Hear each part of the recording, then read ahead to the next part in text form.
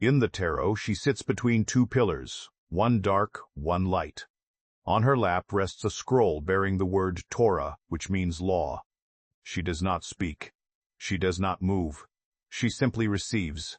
And whatever is whispered into her presence becomes the pattern that the world outside must follow. Neville Goddard never drew a tarot card in his life, as far as we know. Yet in the 1960s, standing before audiences in Los Angeles and San Francisco, he would say again and again, "The subconscious mind does not argue. It does not judge. It accepts what you impress upon it and brings it forth into the world as fact." He called it the feminine principle, the womb of creation, the silent receiver that knows no difference between imagination and reality, the High Priestess, the subconscious mind, two names for the same doorway. And in this episode, you are going to hear how a woman used that exact understanding, weaving Neville's teaching with the archetypal language of the High Priestess, to manifest something the outer world had told her was impossible. Not metaphorically, not someday. She used it, and it came. So the question hanging before us now is this: what does it mean when the oldest symbolic system in Western esotericism and the most radical mystical psychology of the 20th century both point to the same silent feminine presence as the key to all manifestation? Let us find out. Welcome to Neville Goddard Universe. I am so glad you are here. This channel exists because Neville Goddard's teaching is not a system unto itself. It is a living river of truth that flows through all the great esoteric traditions, sometimes under different names, sometimes clothed in different symbols, but always recognizable to those who have learned to see. And once you begin to see it, you cannot unsee it. The Hermetic axiom, the Kabbalistic Sephirot, the lotus seats of Vedanta, the archetypal images of the tarot, they all whisper the same secret. Neville shouted from the stage, "Consciousness is the only reality, and what you assume, you become." Today we are going to explore one of the most powerful and misunderstood cards in the tarot deck, the High Priestess, and discover that she is not a fortune-telling symbol or a mystic enigma. She is the exact principle Neville spent decades teaching. The subconscious mind is the creative matrix, the silent feminine that receives your word and makes it flesh. We are going to walk through her symbolism, translate it into Neville's language, and then examine a real case study. A woman who consciously combined the High Priestess archetype with Neville's method and created a transformation so complete that even she could hardly believe it when it arrived. This is not theory. This is not mysticism for its own sake. This is the living system Neville handed us, recognized in one of the oldest mirrors humanity has ever held up to the invisible. And if this exploration resonates with you, if you feel that pull toward the deeper unity beneath all these traditions, I would be honored if you would like this video or subscribe to the channel. It is your engagement that allows this work to continue, and every mind that walks this path with us strengthens the field we are all weaving together. Now, let us begin. Neville Goddard did not invent the concept of the subconscious mind. Freud and Jung had already brought it into modern discourse. But what Neville did, what made him dangerous and what made him unforgettable, was strip away all the therapeutic cushioning and say it plainly: the subconscious mind is God. Not a metaphor for God, not a channel to God. It is the creative power, and it does not care what you consciously believe. It only cares what you imagine and feel to be true. In his 1963 lecture titled "The Pearl of Great Price," Neville said, "The subconscious is not subservient, it is the master builder. It takes the word you give it and builds your world accordingly.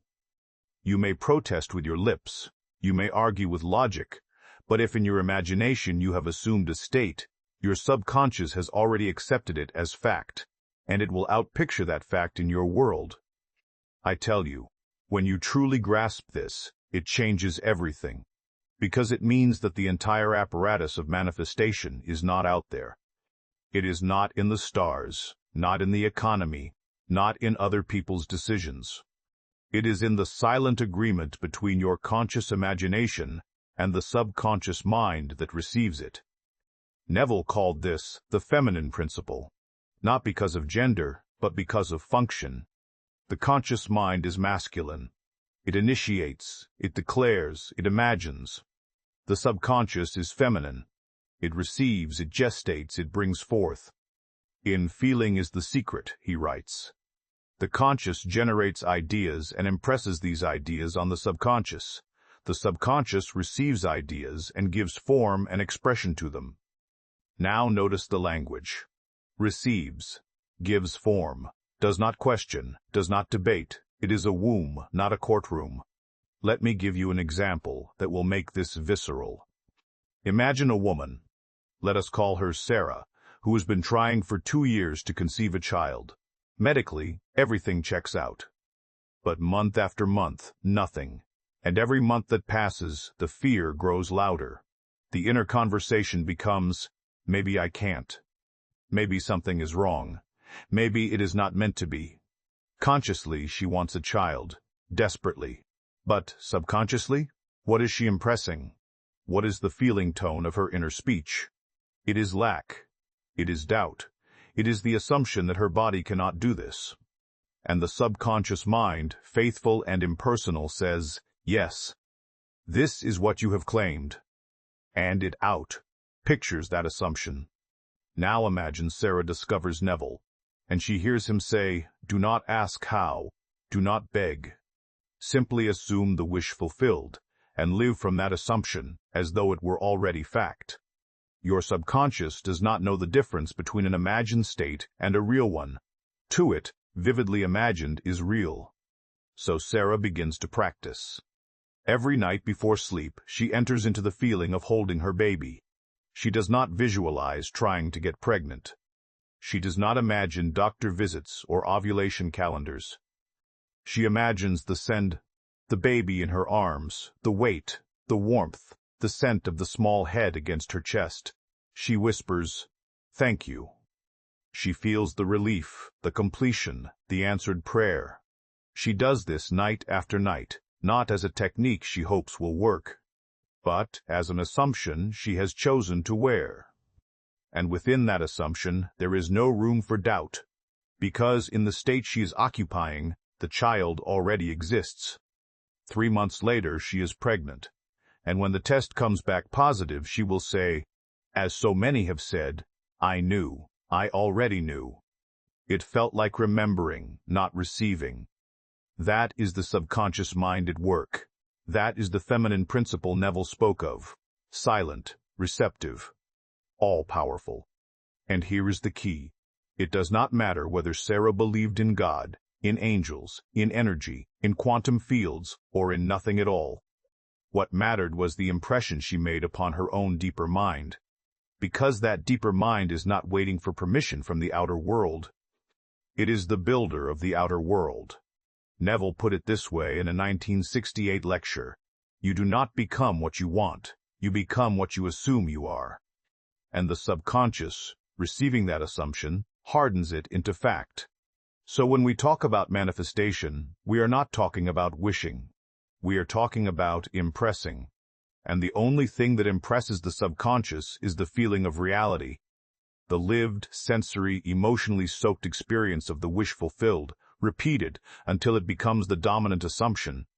Now, with that foundation laid, let us turn to the tarot. Because long before Neville stood on a stage in California, long before psychology had a name for the subconscious, there was an image. A woman seated between 2 pillars, holding a scroll, veiled and silent, called the High Priestess. And she represents the exact same principle. The tarot is not a fortune-telling game. It never was. It is a symbolic language, a visual map of the soul's journey through consciousness. And the High Priestess, the second card of the major arcana, is one of its most potent and misunderstood symbols. She sits between 2 pillars.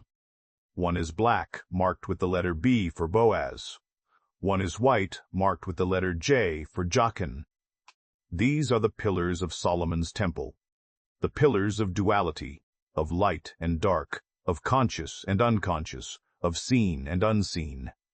And she sits between them, not choosing one or the other, not dissolving them, simply holding the space where both are true. On her lap rests a scroll. In most depictions, it is partially hidden, partially revealed. And on that scroll is written the word Torah, or sometimes Torah, which means law, not religious law, cosmic law.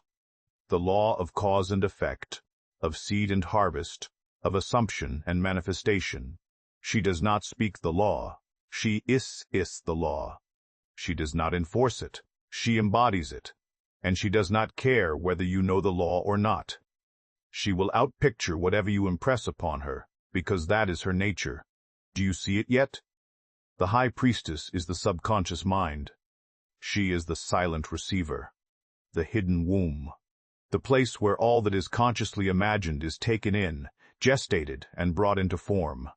She does not argue. She does not question. She accepts.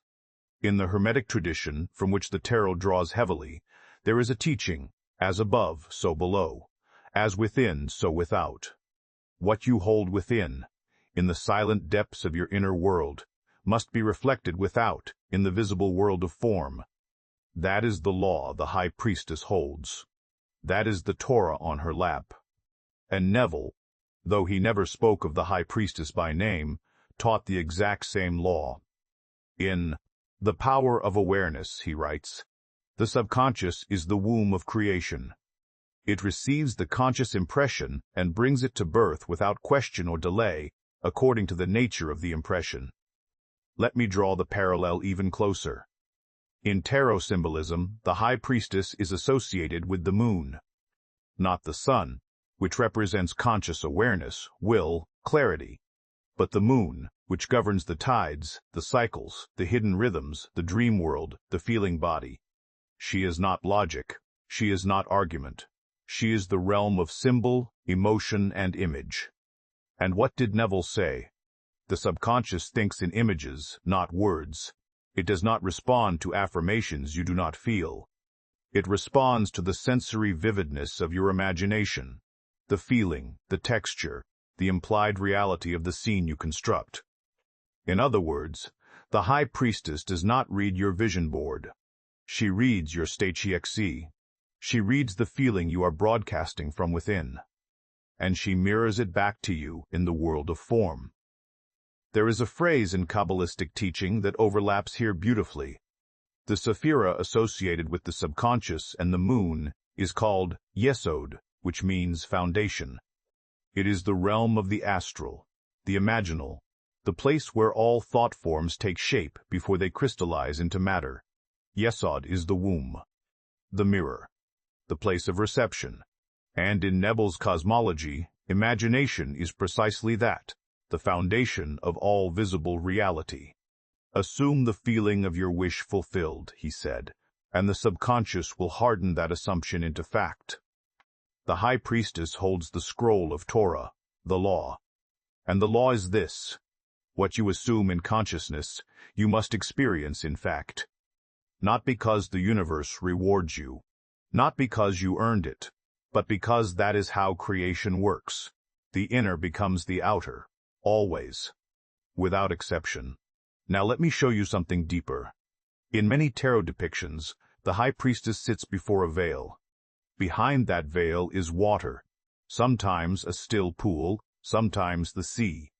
Water, in esoteric symbolism, always represents the unconscious, the formless potential, the vast deep from which all things emerge. And in the Bible, which Neville read as mystical psychology, not history, the very first act of creation is this: and the Spirit of God moved upon the face of the waters. Genesis 1,002. Before there was light, before there was form, there was water. There was the deep. There was the feminine receptive void, waiting to be impressed. Neville loved that image. He said, "Consciousness is the deep, and your imagination is the spirit that moves upon it. What you imagine, you impress upon the deep, and the deep gives it back to you as your world." The High Priestess is that deep. She is the water behind the veil. She is the place where your word, your imagined state, becomes flesh. And this is why the thumbnail for this episode says, "She knows your wish." Not because the High Priestess is a psychic entity reading your mind, but because she sees your deeper mind. She already knows what you are assuming.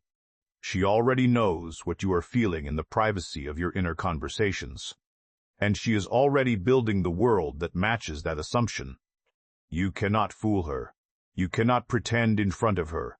The conscious mind may lie, but the subconscious, the High Priestess, only reflects truth. The truth of what you actually believe about yourself, about your life, about what is possible for you. So when someone says, "I used the High Priestess to manifest this," what they are really saying is, "I recognize that my subconscious mind is the creative power. I stopped trying to manipulate the outer world. I turned inward. I impressed the wish fulfilled upon the silent receiver within me.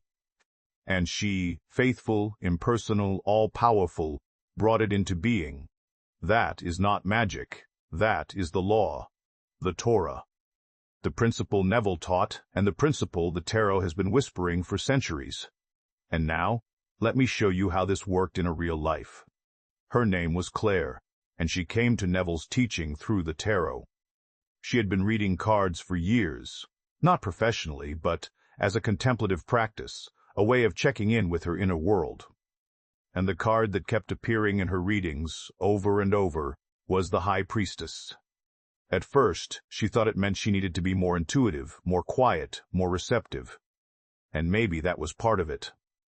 But one night, while researching the symbolism of the card, she stumbled onto a forum post that connected the High Priestess to Neville Goddard's teaching on the subconscious mind. The person who wrote it said, "The High Priestess is not outside you. She is the part of you that creates your reality. She is your subconscious. And if you want to manifest anything, you have to learn to speak to her the way Neville taught." Claire had never heard of Neville, but something in that sentence struck her like lightning. She found a recording of his 1963 lecture, "Imagination Creates Reality," and listened to it that same night. And when he said, "Your subconscious does not care what you want, it only cares what you assume," she understood immediately. The High Priestess had been trying to tell her this all along. At the time, Claire was stuck in a job she hated, living paycheck to paycheck, and sleeping on a friend's couch because she could not afford her own place. She had spent years in therapy, years doing shadow work, years journaling and affirming and hoping, but nothing had shifted. And listening to Neville, she realized why. She had been asking for change, but assuming lack. She had been talking to her conscious mind, not impressing her subconscious, so she decided to try something different. She took the image of the High Priestess, the silent woman between the pillars, holding the scroll of law, and made her a visual anchor for her practice. Every night, before entering the state akin to sleep, she would close her eyes and imagine herself sitting before the High Priestess. She would see herself placing a single image on the scroll in the High Priestess's lap, the image of herself in her own apartment, waking up in her own bed, financially stable, at peace. She did not beg. She did not explain. She simply placed the image there, as if handing it to the silent keeper of the law. And then she would step into the feeling of already living in that apartment. She would imagine the morning light coming through the window, the smell of coffee, the relief of knowing the rent was paid, the feeling of home. She did this every night for 6 weeks. And during those 6 weeks, nothing seemed to happen in the outer world. No sudden job offer, no lottery win, no rescue. But something was happening within her. She began to feel different, calmer, more certain, as though the outcome were already secured, and she was just waiting for the physical world to catch up.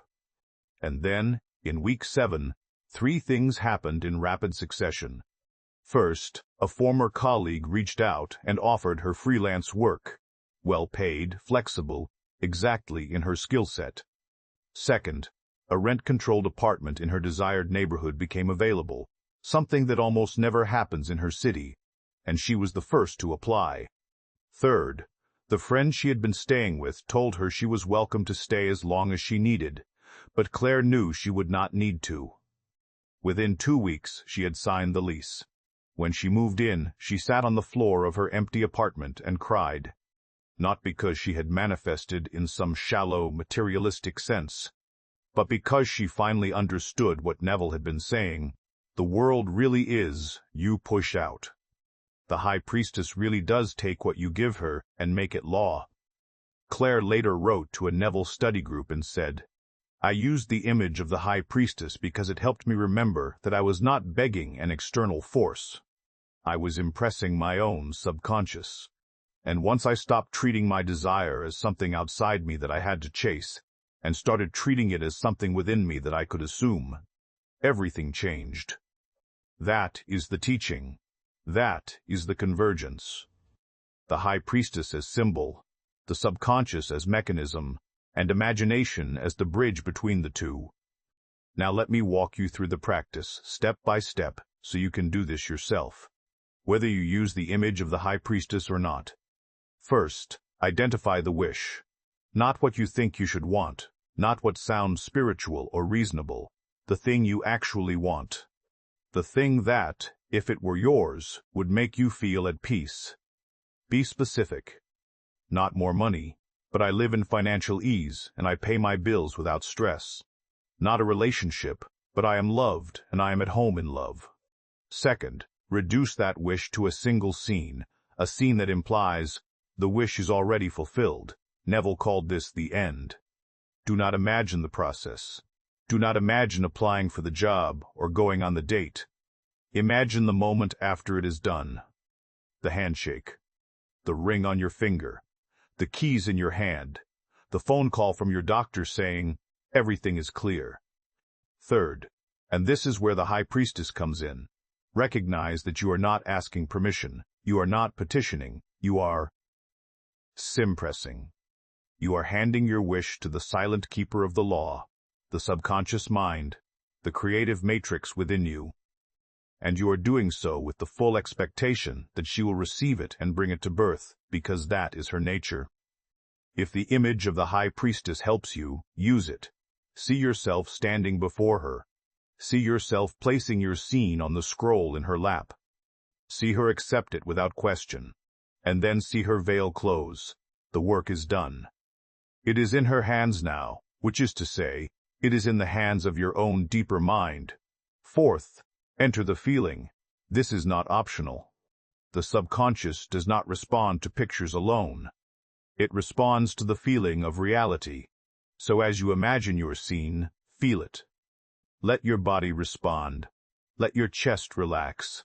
Let your breath deepen. Let the relief, the joy, the satisfaction wash over you. The more real it feels, the deeper the impression. And fifth, and Neville was insistent about this, do it in the state akin to sleep. That drowsy state just before you drift off. That is when the conscious mind is quiet and the subconscious is most receptive. That is when the veil is thinnest. That is when the High Priestess listens. You do not need to do this for hours. You do not need to force it. A single vivid loop of your scene, felt deeply, impressed with conviction, is enough. Then let go. Go to sleep. Trust that the law is already working. And here is the secret Claire discovered. Once you impress the subconscious, once the High Priestess receives your wish, you do not need to keep begging. You do not need to keep checking. The work is done. Your only job is to live from the assumption that it is already yours, to wear that state. To think from it, not toward it. That is the practice.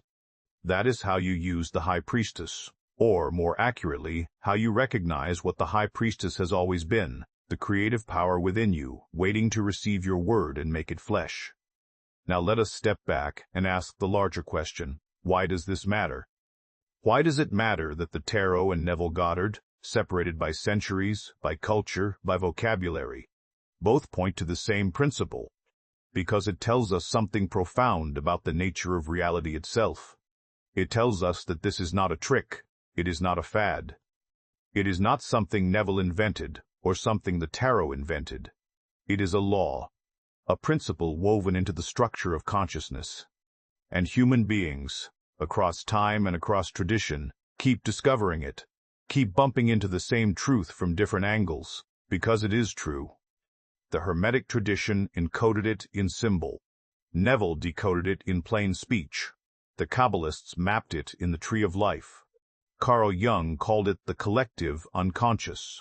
Quantum theorists gesture toward it when they talk about the observer effect. The Upanishads named it Brahman, the one reality that dreams the many. And at the center of all these systems is the same insight. The world you see is not separate from the world you assume. The outer is the inner made visible. And the bridge between them is not effort, it is not worthiness, it is not luck. It is imagination, impressed upon the silent, receptive, all-powerful depth of your own mind. Neville said it this way in his 1967 lecture, The Secret of Imagining: "You are not a body housing a soul. You are consciousness. Dreaming, you are a body. And the dream you are dreaming is the sum total of all your assumptions, conscious and unconscious. The High Priestess is the dreamer. The subconscious is the loom. And your imagination is the thread. When you understand this, when you truly grasp that the creative power is not outside you, not in the hands of fate or gods or circumstances, but within you, waiting only for your command, you stop being a victim. You stop waiting. You stop begging. You start assuming. You start impressing. You start creating. And the world, faithful and lawful, begins to rearrange itself around the pattern you have chosen. This is not magic. This is the law. And the law does not play favorites. It does not care whether you are spiritual or skeptical, educated or unschooled, worthy or broken. It only cares what you assume. And whatever you assume with feeling, it will outpicture without question. That is the Torah on the High Priestess's lap. That is the teaching Neville gave his life to. That is the truth you now hold. So when you hear someone say, "I used the High Priestess to manifest this," you now know what they mean. They recognized the silent power within them. They stopped pleading with the outer world and started impressing the inner one. They placed their wish on the scroll of law and trusted the law to bring it forth. And it did. Because it always does. You have that same power. Right now. Not someday. Not when you are more spiritual, more healed, more ready. Now. The High Priestess is already within you. The subconscious is already listening. The question is not whether it works. The question is, what are you impressing? If this exploration has opened something for you, if it has helped you see Neville's teaching through a new lens, or recognize the convergence running beneath all these traditions, I would be deeply grateful if you would take a moment to like this video or subscribe to the channel. It is your engagement that keeps this work alive, and every person who walks this path with us strengthens the understanding we are all building together. Thank you for being here. Tonight, before you sleep, I invite you to try it. Imagine yourself sitting before the High Priestess. See her between the pillars. See the scroll in her lap. And place your wish there, not as a question, not as a plea, but as an assumption. See her receive it. See the veil close. And then step into the feeling of the wish fulfilled. Let it fill you. Let it become the last impression you carry into sleep. Do not ask how. Do not check tomorrow if it worked. Simply trust that the law is already in motion. The High Priestess has received your word. The subconscious is already building. And the world you are about to wake into is the world you are assuming now. I tell you, this is how it works. This is how it has always worked. And you are the one doing it.